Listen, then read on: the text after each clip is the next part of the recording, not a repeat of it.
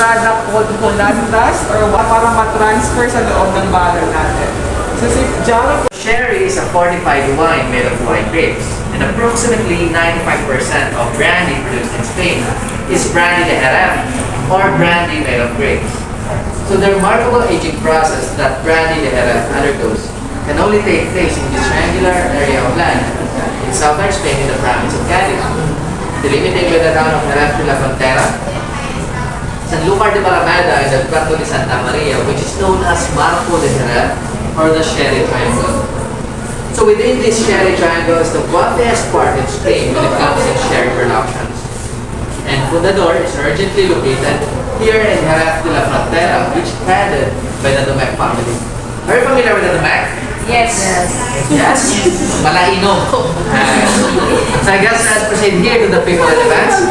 Marami, senyora, senyor. Si, senyor. Doon po tayo, facing here po. Si, senyor. Okay. So on this station, ma'am, sir, we have here the 6 heroes of brandy. So these men of brandy are the personages who throughout the history have made contribution to the rise of the brandy as a spirit of distinction. These gentlemen are the Domecq family. In the 19th century, Domecq family owned the company. None other than Pedro Domecq Gustau, the nephew of Juan Pedro and Pedro Domecq. However, Don Gustau is considered the most recognizable Domecq family member because under his management, he met a tradesman. And the tradesman said, I would like to order your finest brandy and make that 500 cask or barrel. And each cask has the capacity to carry 500 liters of brandy. Don Gustau couldn't refuse to the offer and 500 casks were produced. However, this tradesman turned into destitute or poor and cancelled the order. Instead of disposing or throwing away those casks, he stored a sherry cask in one of his cellars. 5 years later, that spirit evolved into an exquisite brandy which Fundador came to be. That's why, in 1874, he launched the business Fundador, and Fundador means the founder. So the Domecq family started their business in producing cherries or wine. However, in 1874, he was able to produce the first Spanish brandy, which is the Fundador solera.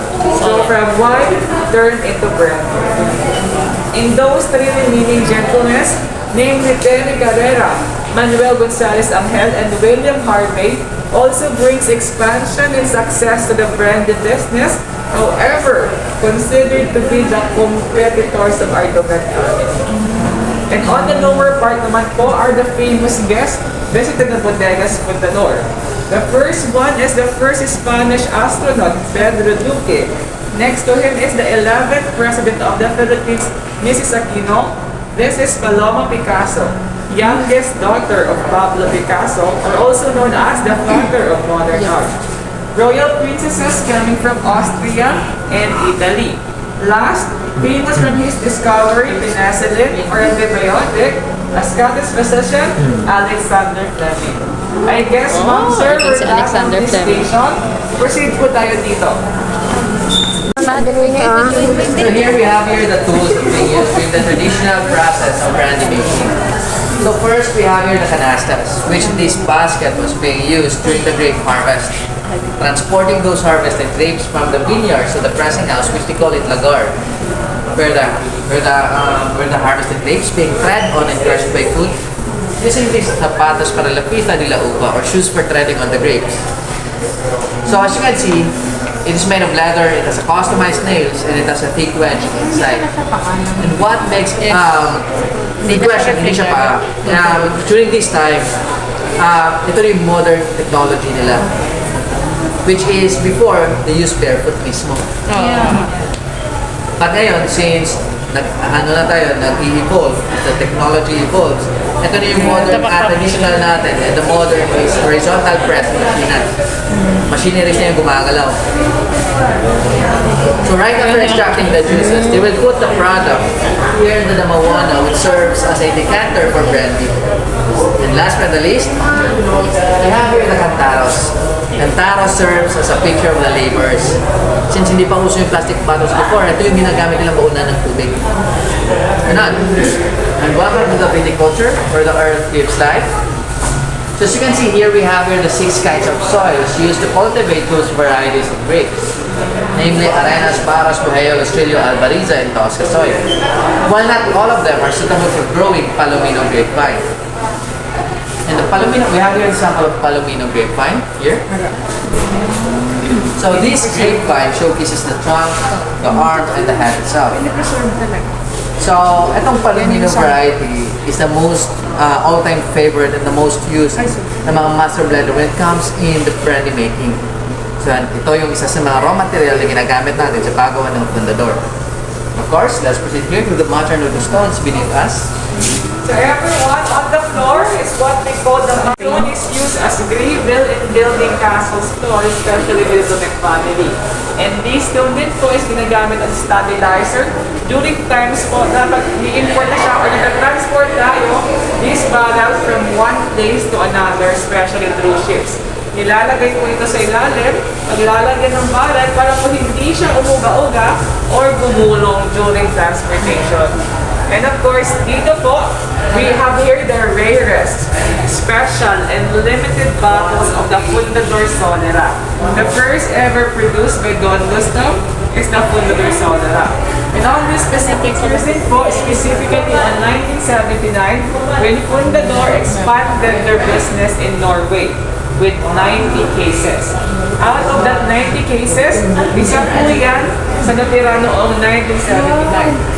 And dito po namin sinashowcase yung evolution of the packaging as well as the bottles. Proceed na tayo everyone here.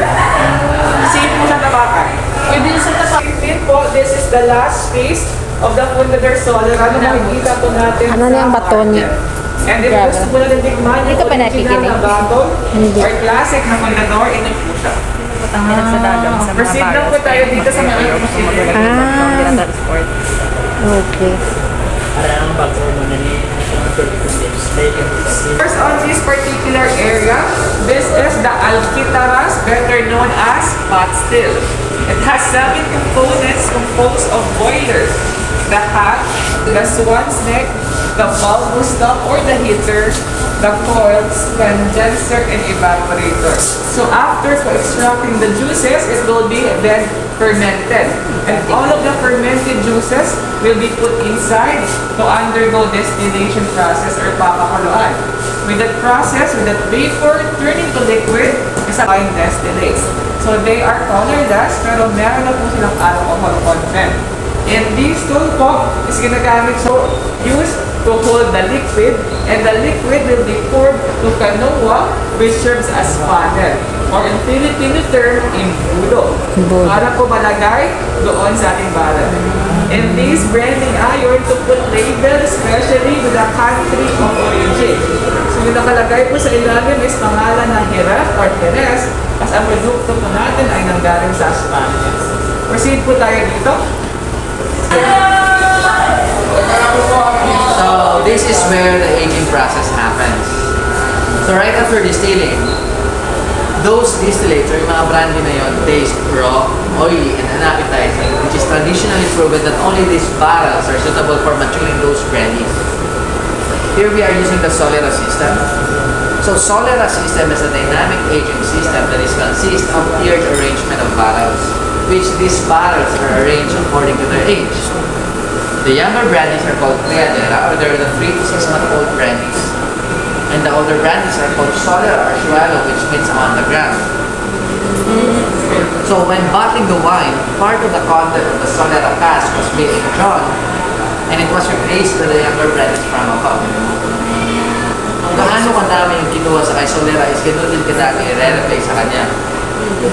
And next, the content that being drawn from the solera will undergo to the final process, which is the stabilization and filtration to make sure everything is quality, of course. Next to it, Lalagay yan sa label, lalagay yan sa bote, sa manual bottling machine, lalagyan ng label and didistribute nila worldwide. So, how about the price? So the brandies are classified and sold according to the average years the brandy was aged. So in other words, habang tumatanda yung brandy natin, mas lalo siya nagiging mahal. And last, we have here the barrel making. Wherein here the barrel making, they used to fire the wood in order to remove the moist, to make it more durable and of course, para mas madali siyang ibenta. So the more it is being charged na nagiging cooling sa loob, the more it can produce more vanilla flavor. Here we have here the brand's own with the Imperator. Okay, dito lang po tayo ma'am sir. Dito po sa section na to, we have here the brands owned by Imperator. That some of these bottles po are product of our 6 heroes of brandy. The famous product of Terry Carrera, the Terry 1900. The renowned bottle of William Harvey, the Di Soto and Esplendido. The competitors of our Domer family. And on the lower part naman to are the famous bottles of the Fundador or the Domer family. The Fundador and Tres Cepas. Tres Cepas in English, 3 pints. They used to be competitors before.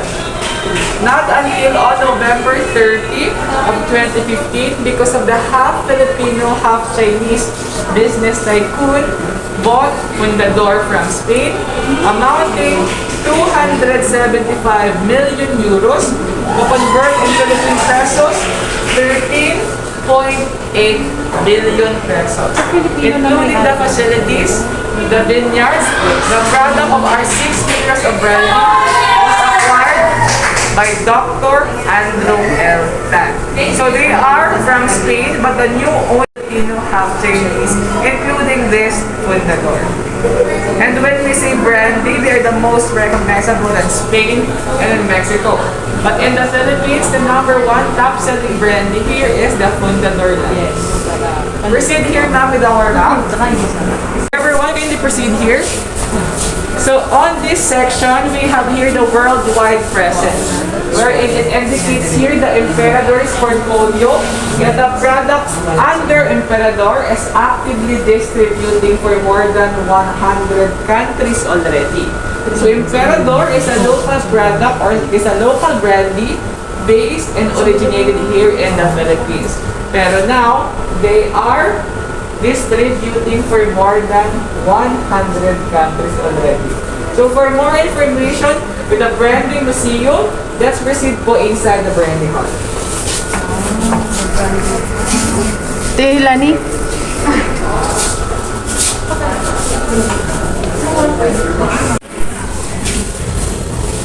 Ano? Sit down. Sit. Sit. Basi tagaan kita free. Yes, time. Ito ka na mo. Saan na nagsimba?